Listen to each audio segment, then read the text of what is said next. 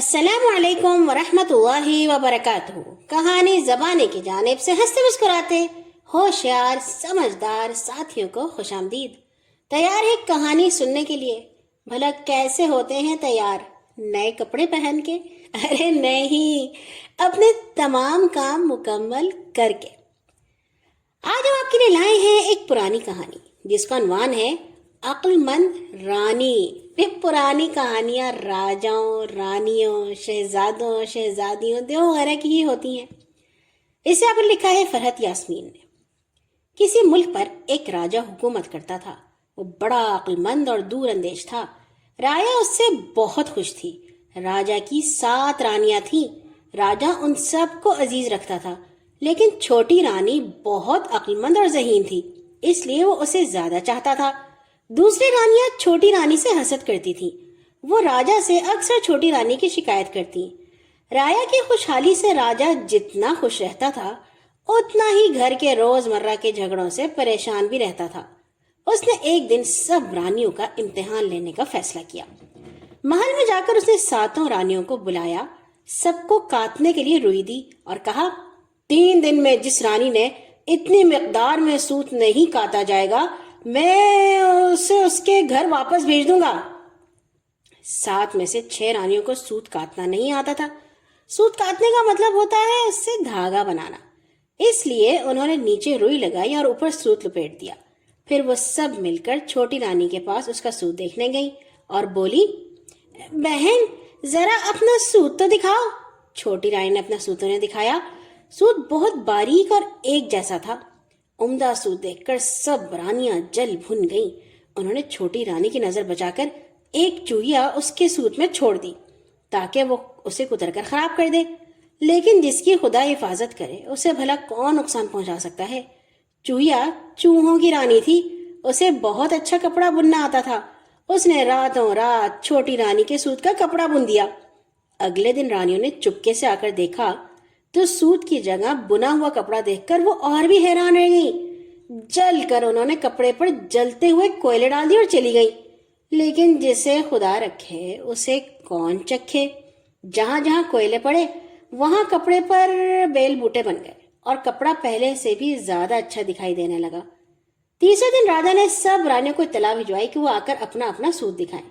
سب رانیاں اپنا اپنا سوت لے کر راجا کے پاس پہنچی، لیکن چھوٹی رانی سوت کی جگہ بیل بوٹے والا کپڑا دیکھ کر حیران رہ گئی۔ مارے خوف کے وہ کانپنے لگی۔ اتنا وقت نہ تھا کہ وہ سوت کاٹا جاتا۔ آخر وہ ڈرتے ڈرتے راجا کے پاس پہنچی۔ راجا نے پہلے 6 رانیوں کا سوت دیکھا اور علیحدہ لپیٹنے کے لیے کہا۔ ایسا کرنے پر ان سب کا تھوڑا تھوڑا سوت نکلا۔ راجا غصے سے بھنا گیا۔ آخر میں چھوٹی رانی کی باری آئی۔ چھوٹی رانی کا پھولدار کپڑا دیکھ کر وہ حیران رہ گیا۔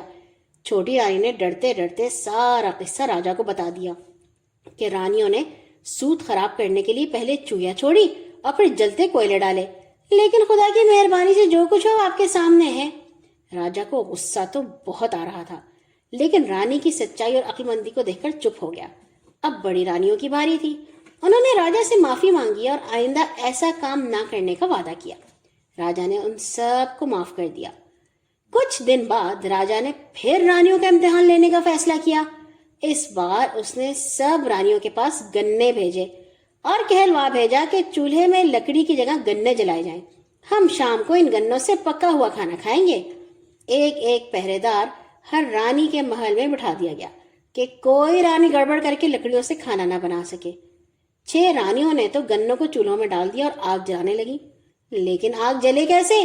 گنوں سے رس ٹپکنے لگا، چولہے پانی سے بھر گئے اور رانیوں کی آنکھیں بھی دھوئیں سے لال ہو گئیں۔ وہ کوئی چیز بھی نہ پکا سکی۔ آخر میں سب راجا کو برا بھلا کہنے لگی۔ ادھر چھوٹی رانی نے محل میں کام کرنے والے نوکروں کو بلایا۔ سبھی نے پیٹ بھر کر گنے چوسے اور چھلکے سکھانے کے لیے دھوپ میں ڈال دیے۔ شام کو چولہا جلا کر گنے کے چھلکوں پر مزیدار کھانا پکایا۔ پہرے دار ساری باتیں دھیان سے دیکھتا رہا۔ رانی کی چالاکی اور عقل مندی کی دل ہی دل میں تعریف کر رہا تھا۔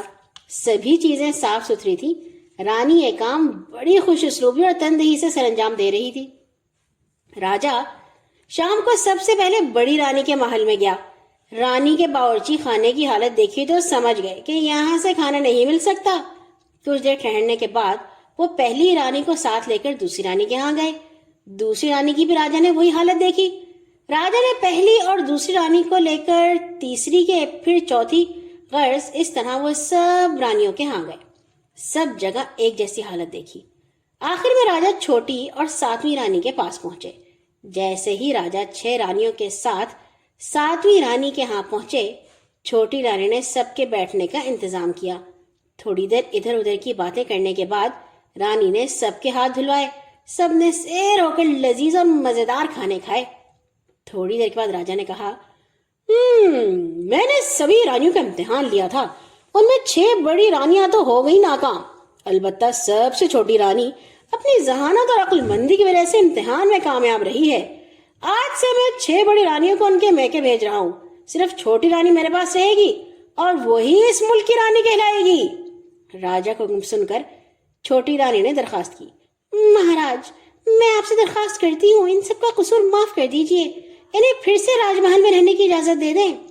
راجا بولا، بہتر، لیکن آج سے ان سب کو سلطنت کے کام میں دخل دینے کی اجازت نہیں ہوگی۔ اس دن کے بعد سے ان سب کے مزاج اور برتاؤ میں کافی تبدیلی آ گئی تھی۔ چھوٹی رانی کی بڑی عزت کرتی تھی۔ چھوٹی رانی نے عقل مندی سے ان سب کا دل موہ لیا تھا۔ کہانی ہماری ہو گئی ہے یہاں پہ ختم۔ کیسی لگی آپ کو؟